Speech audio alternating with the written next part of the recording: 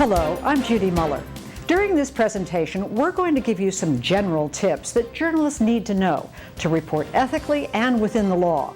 There are laws in place to help reporters get access to information that the public needs to know. But the courts have consistently ruled that journalists are not above the law. There is much more to know than what we'll be able to cover here. But we hope this presentation will alert you to some of the issues you need to be aware of and to help you know when to seek help. At any point in your reporting, if you have doubts or questions about your legal rights, ask your advisors, teachers, and editors for help. So let's get started. First off, we're going to talk about how to keep you safe while you're out reporting. Safety is your first priority. So before even getting the news story, when in doubt about a possibly dangerous situation, don't take any chances. So whether you're working in the middle of a huge protest or sharing information online, you must stay aware of what's going on around you. Bronte Lawson is here to tell us about a situation she confronted while working as a reporter at ATVN. Bronte? I was assigned a story about a gunman who was on the loose in Echo Park. And my executive producer asked me to go to the area and to shoot some video of a school that had been evacuated. Once I got there, I noticed that an older man had started following me. I was shooting with my camera and tripod, and he was just kind of trailing behind me. So at first I brushed it off. I thought, no big deal, I can handle it. He was speaking in Spanish, and so I couldn't really understand him. But as time went on, he got closer and closer and a lot more aggressive. And he started speaking in English, and I noticed that he was whispering some vulgar things. And so I started to get a little bit nervous, and so I started hurrying towards my car, which was parked near the school. The quicker I got, the quicker he got. And eventually he started chasing me. I was terrified, and I yelled back at him saying that I would use my tripod as a weapon if necessary, but he just laughed. Luckily, I made it to my car, and I flung my bag inside. I actually ended up scratching the whole side of my car, but the moral of the story is I made it back to the newsroom safely. Looking back, I should have told my EP that given the area and the scenario, that I was really uncomfortable going alone. And when I first noticed that the man was following me, I should have gone straight back to my car. I should have put my safety first. Thank you. Thanks, Bronte. Here are some important guidelines when you're reporting. Get familiar with the places where you're reporting. Print out maps so you have a hard copy with you at all times. When you go to an interview alone, make sure someone knows where you're going and how to reach you at all times. Be sure your cell phone's fully charged and fill your car with at least a half a tank of gas. Carry at least one form of ID with you, and make sure people at the location know you're a reporter. Make sure you have money with you, but don't carry too much. And only carry valuables that you need for your reporting, such as a camera or a tripod. Leave fancy jewelry, purses, and expensive electronics at home. Think about what you're wearing. Is it appropriate? Could it make you a potential target?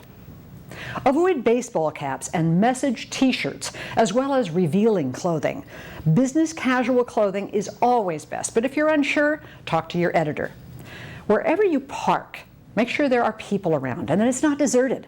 If it's dark, park under lights and near attendants or places where there's activity. This is just common sense. Walk confidently and with a sense of purpose. If you feel like someone's following you, turn around and look right at them. Stay in populated areas and create separation between you and the person who may be following you. Contact police or call 911. When reporting in a neighborhood where you don't feel safe or that you're unfamiliar with, use the buddy system. Be sure you stick together in the field. Make contact with a person or business in the area. Restaurants are often good places. Be careful about using social media to share personal information, such as your location or where you live. You hear it all the time. Some celebrity, business, or average Joe sues for defamation. You want to make sure you're not the reporter on the other end of that lawsuit. Let's consider this situation. There was a deadly shooting overnight a mile from campus. A 42-year-old mother of 3 children is dead, and police have arrested her husband on suspicion of murder. Your editor tells you to head to the neighborhood. She tells you, catch some color and chat up the neighbors about the kind of person who would have done this. So you hop on your bike and pedal fast. You easily spot the house. It's the one with all the police cars parked in front and yellow caution tape around the front yard. The mailbox has the couple's name, Marge and Ralph Whitman, and it's covered in blood. You go up to a bearded man wearing a dark suit and a cowboy hat who says his name is Jasper Higgins. He starts talking nonstop about the couple. He tells you, "I heard the Whitmans arguing all the time. They were having money problems. The old man was distraught. He was a cocaine dealer, and he was always getting ripped off by his clients." You find a next-door neighbor, 83-year-old Carl Yount, a retired firefighter. He says he'd often see the Whitmans tending radishes and tulips at the community garden. He tells you, "I found Ralph to be very annoying, especially when he tossed weeds into my broccoli patch. And when I complained, he was grumpy and seemed strange. He was a royal jerk." You interview a few more people on your iPhone, jot down some notes, and snap some photos of the neighborhood, and then head back to the newsroom. You write your story, but when the final edit is handed back to you, half the quotes are removed from your story. You start to blow a fuse, especially over the Higgins quote. "I heard the Whitmans arguing all the time. They were having money problems. The old man was distraught. He was a cocaine dealer and getting ripped off by his clients." You tell the senior editor you thought the cocaine dealing quote was okay to use because it was clearly the view of the neighbor, and it's in quotes. But here's why she took it out. If you're quoting someone saying something, you're responsible for it because you're publishing it. It's the same as if you said it yourself, even if you put quotes around it. The test for defamation is whether the comments are false statements of fact and could hurt someone's reputation with their friends or their social group. That comment about being a cocaine dealer could qualify. Yount's comments about his neighbor, the jerk, are okay because they amount to name calling. They're vague and an opinion. Like with most things, exceptions exist. Under something called the fair report privilege, you can use the comments that Higgins made if you find them in police reports, or if they were said at a police news conference, in court papers, or in government proceedings. You can also quote anything said as part of public meetings at places like City Hall. The fair report privilege gives journalists broad rights to publish what is said in a public government proceeding. It's a cornerstone of our democracy and ensures the public's business is conducted in full view of the public. We also want to point out an important distinction. Libel is the legal term for a written defamatory statement. Slander is the legal term for an oral statement. One note about using generic images in a story. Say you're doing a story about the rates of HIV going up in teenage girls. You cannot show generic video or a general photo of teenage girls because you could be implying that the girls shown in the video have HIV. That's known as false light. Either don't use the photo or video at all, or only use it if the girls' faces are not identifiable. Journalists often encounter someone telling them they don't have the right to be taking photos, recording, or reporting from a particular location because it's private property. It's important to know your rights when covering stories on private property. Vicki Chen is here now to share an experience she had covering a story at the downtown LA jail. Vicki? During my junior year, I was assigned a story about the Los Angeles County jail system. When I arrived at the jail downtown, I parked my car across the street and set up my camera and tripod on the sidewalk across the intersection from the jail. I shot some wide shots of the building, then crossed the street to get some B-roll of the entrance and some sheriff's deputy vehicles. I shot some medium and close-up shots of the vehicles, the building entrance, some signs, and even the California flag out front. On my way back to the car, I was stopped by two male sheriff's deputies. They asked who I was and why I had a camera. I explained what I was doing, and they asked if I had permission from the PR department to shoot video. I said no, but I was confused because I had been taught that I could shoot any video from a public sidewalk, and I didn't think that at the time I was intruding on any non-public property. But the two deputies were pretty intimidating and made it seem like I needed special permission to shoot video at the jail. Since I'd never shot B-roll at that location before, I was unsure if there was indeed a special rule. Then two other deputies were called over, one male and one female, and one of the original two deputies asked to see my footage. So facing those four deputies, I showed them. He demanded to know why I was shooting video of deputy vehicles, and I said it was just for generic B-roll to illustrate the story, not to target specific officers or cars. He said I couldn't do that and demanded that I delete all of my video.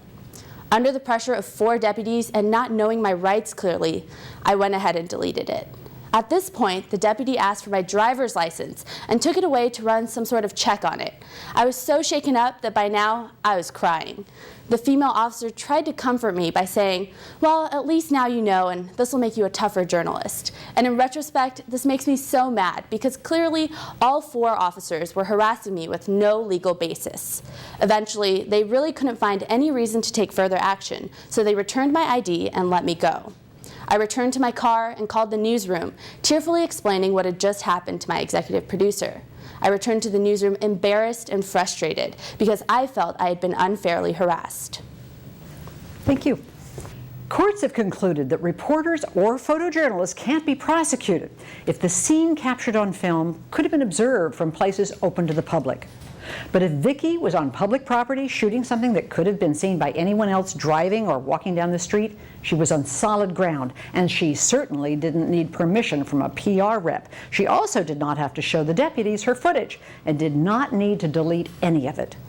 It's easy to get rattled in a situation like this, but if it ever happens to you, ask to call the newsroom and talk to your advisor or editor before you rely on what the police are telling you. There is also property that is privately owned but quasi-public, like USC, which is a private university, a shopping center, or a sports arena. Reporters must still get permission from the owner in those cases, but there's a key difference. You or anyone else can walk onto the USC campus or Staples Center, but you would only be considered to be trespassing if you refuse to leave if you're asked. If you're ever covering a public meeting and you're told to leave, you may not have to. As a general rule, if it's a public institution, you have a right to be there and see how tax dollars are being spent, as long as you're not disturbing regular business. However, there can be closed sessions that reporters cannot attend. In California, the reasons for that are to discuss personnel issues, to consult with a bargaining agent on negotiating property purchases or employee salaries, or to consult with an attorney on pending litigation. Here's the bottom line. If it's a private home or business, you must get permission to enter. If it's private property that is quasi-public, leave the premises if you're asked to. And if you're on public property shooting images or video of private property, you're okay.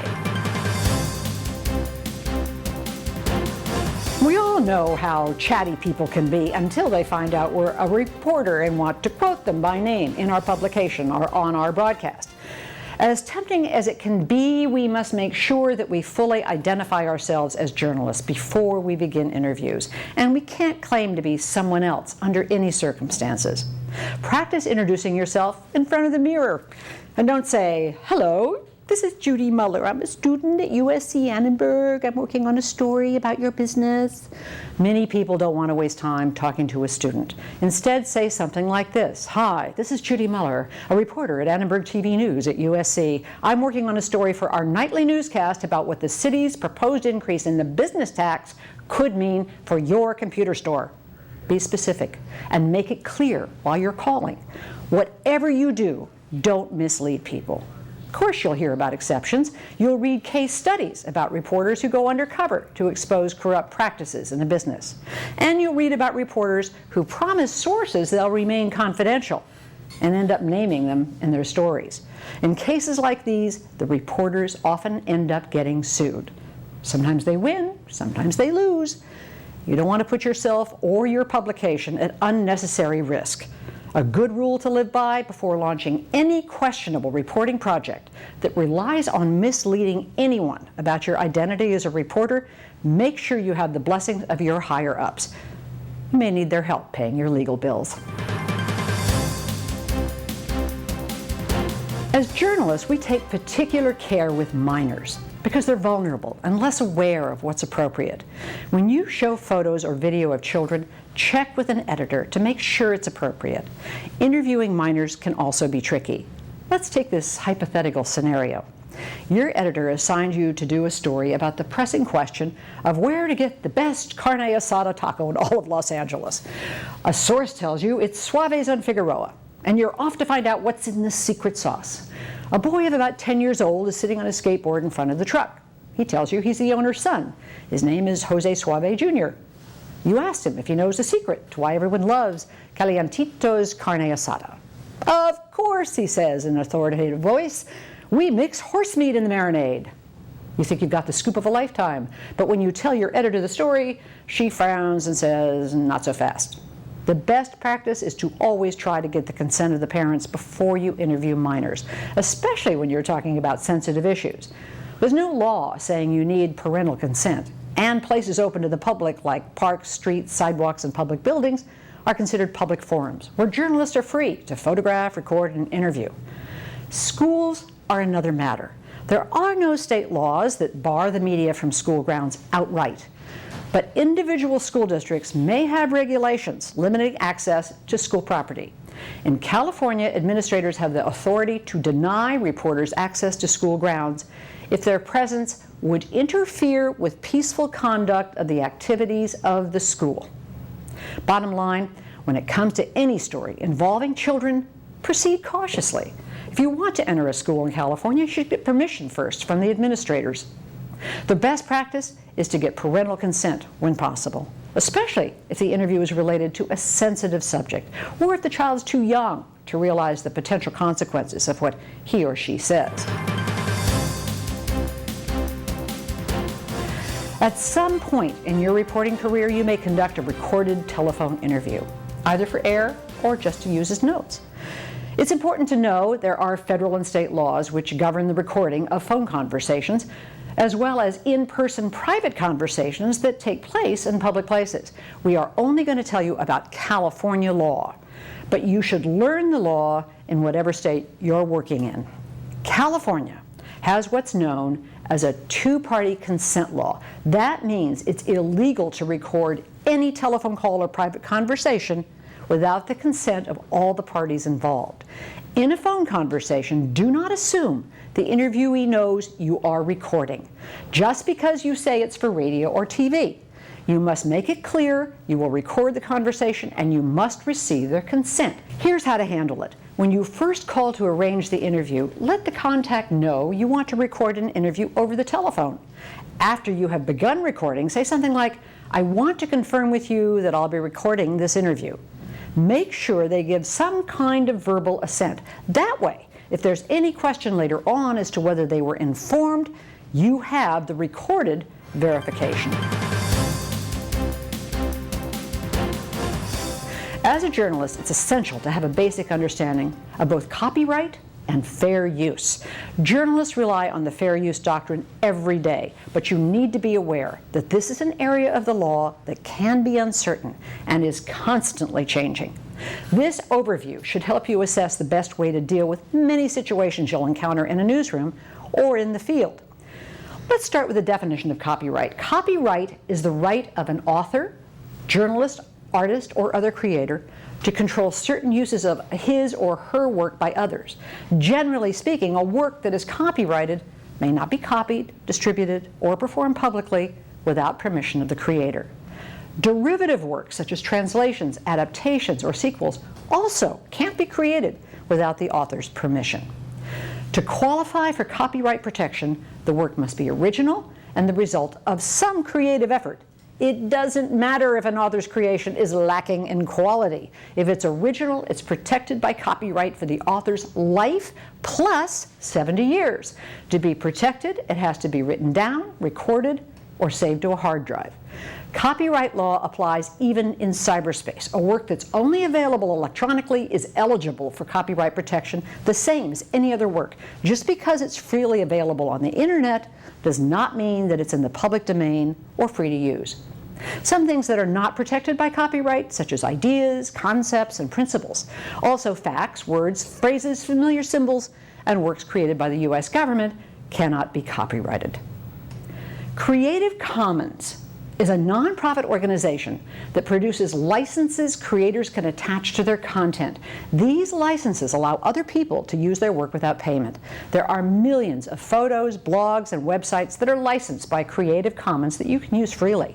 Often the only condition is that they be used for non-commercial purposes and that you give credit to the original author. You can search for content licensed by Creative Commons on Flickr, Google, and many other sites. Just go to search.creativecommons.org.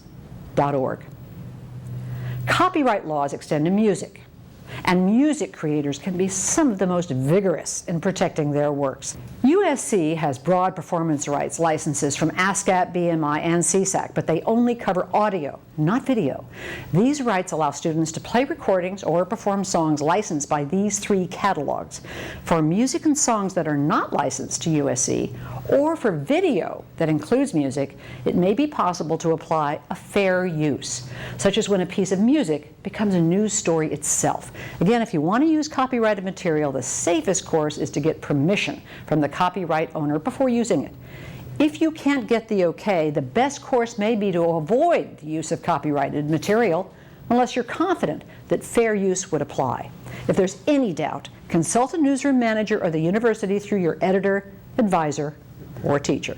Now let's look at fair use and how we can assess whether copyrighted material can qualify. Matt Hamilton is here to tell us how he handled a fair use issue. Matt?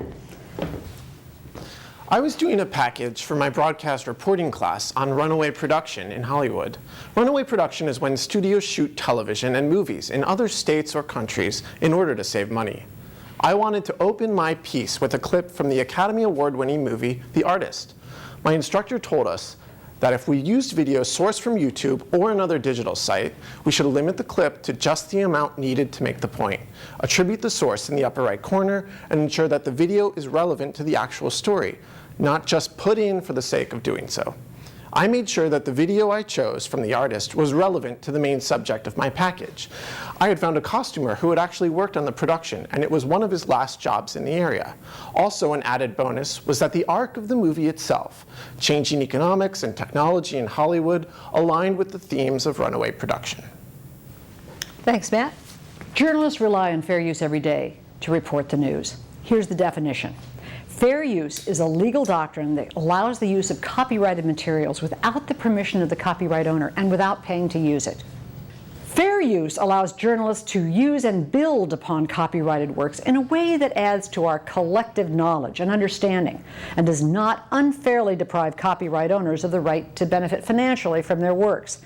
The Supreme Court has referred to fair use as a safety valve because it's what keeps copyright from running roughshod over the First Amendment right of freedom of speech.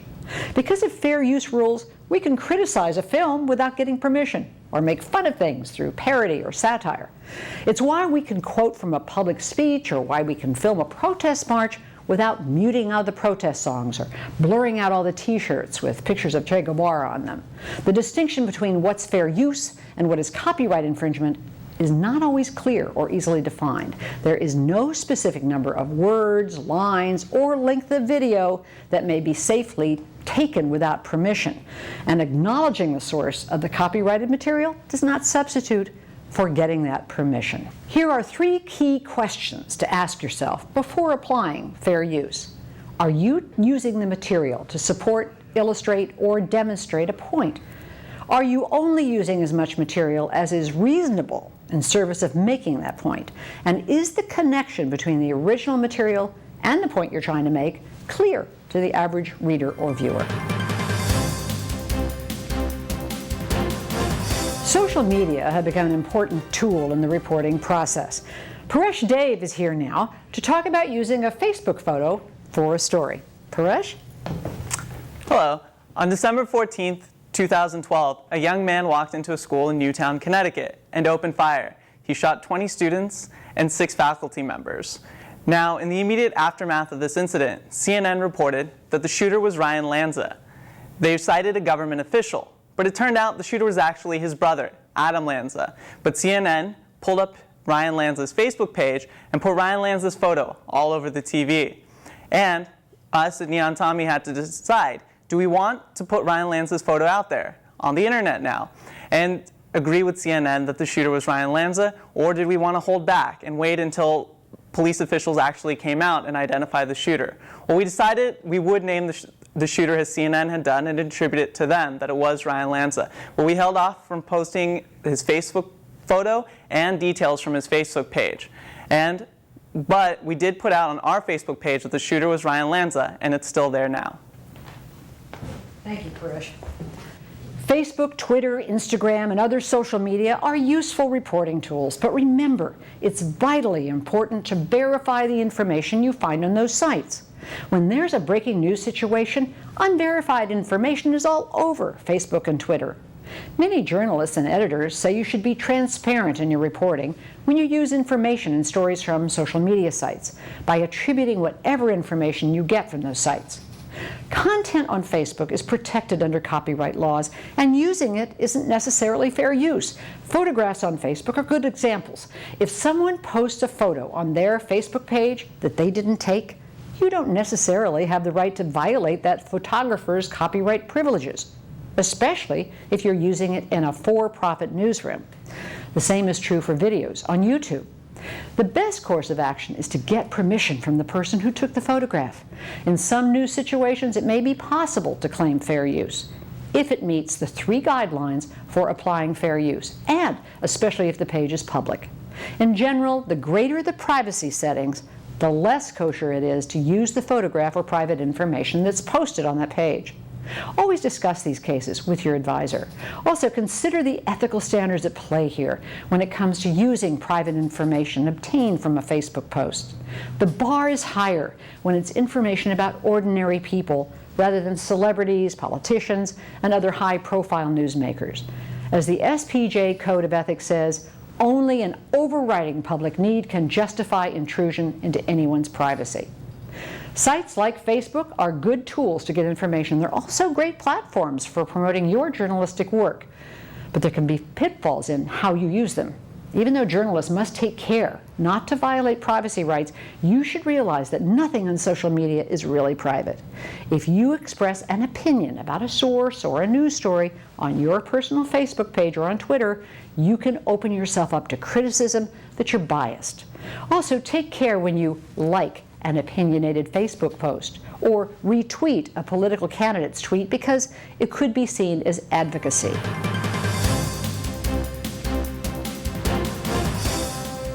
Reporters often get requests from the sources they're interviewing to either see the questions ahead of time or to see the story you've written before it's published. Josanta Gray has faced this problem a number of times. Josanta? Well, in my experience, lawyers are infamous for asking for questions prior to an interview. I was interning at CBSNews.com this past summer, and I pitched a story about HIV criminalization that my editor wanted me to complete, but it involved talking to a man who was about to be released from prison. The lawyer wanted to know in detail what I planned to ask the man because I was the first reporter to talk to him upon his release.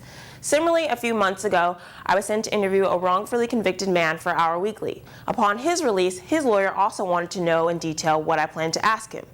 In response, I generally never give them specific questions. I only give them an overview of the topics I plan to hit, which could be personal life experiences, thoughts and feelings of the time of the event, or advice to other prisoners, that sort of thing. Thank you very much. Josanta's response was right on. There are generally 2 reasons why sources ask for questions in advance. People who aren't used to being interviewed are often nervous about sounding articulate, and they want to be as prepared as possible. Not so easy are the people who are involved in a controversial story and are wary about being asked questions that will be uncomfortable, make them look guilty, or show them in a negative light. There are some basic do's and don'ts when it comes to interview requests. If the source insists on a list of specific questions, do provide broad and neutral questions, but make it clear those are among the questions you will ask, and you will likely have others. Do give the least amount of information you can get away with. If a source is crucial to your story, do consider an email response. In fact, for sources who are frequently interviewed, a succinct emailed quote can work fine in a text story. Obviously, in radio and TV, the goal is to get in-person or on-the-phone interviews. But if you do use an email response, acknowledge in your story that it was answered via email. There's nothing wrong with being general about the scope of your story, but do not deliberately deceive the source about what you're reporting on in order to get the interview. That opens you up to charges of misrepresentation. Sometimes sources will ask to preview your story before it's published. This is a bad practice, and it's something you do not want to do. Sometimes you might want to check a quote, fact, or portion of an article or script for accuracy with a source, but do not ever give them editorial control over the story. Remember that everyone you interview has a point of view, and sources may try to manipulate you into shaping the story in their favor. As you can see, there are a lot of gray areas in laws that apply to journalists, and it's an area of the law that's changing quickly. As a journalist, you need to keep up on both the legal and ethical issues at play during the reporting and publishing process, not only to keep you safe from liability, but also to further your ability to report important stories. There are many resources online to help you wade through the legal and ethical questions. But when in doubt, always discuss your questions, however slight, with your editor, advisor, or teacher. Thanks for your attention. And now, if you'll take out a piece of paper and a pen, we have a small quiz for you. Just kidding. Thanks.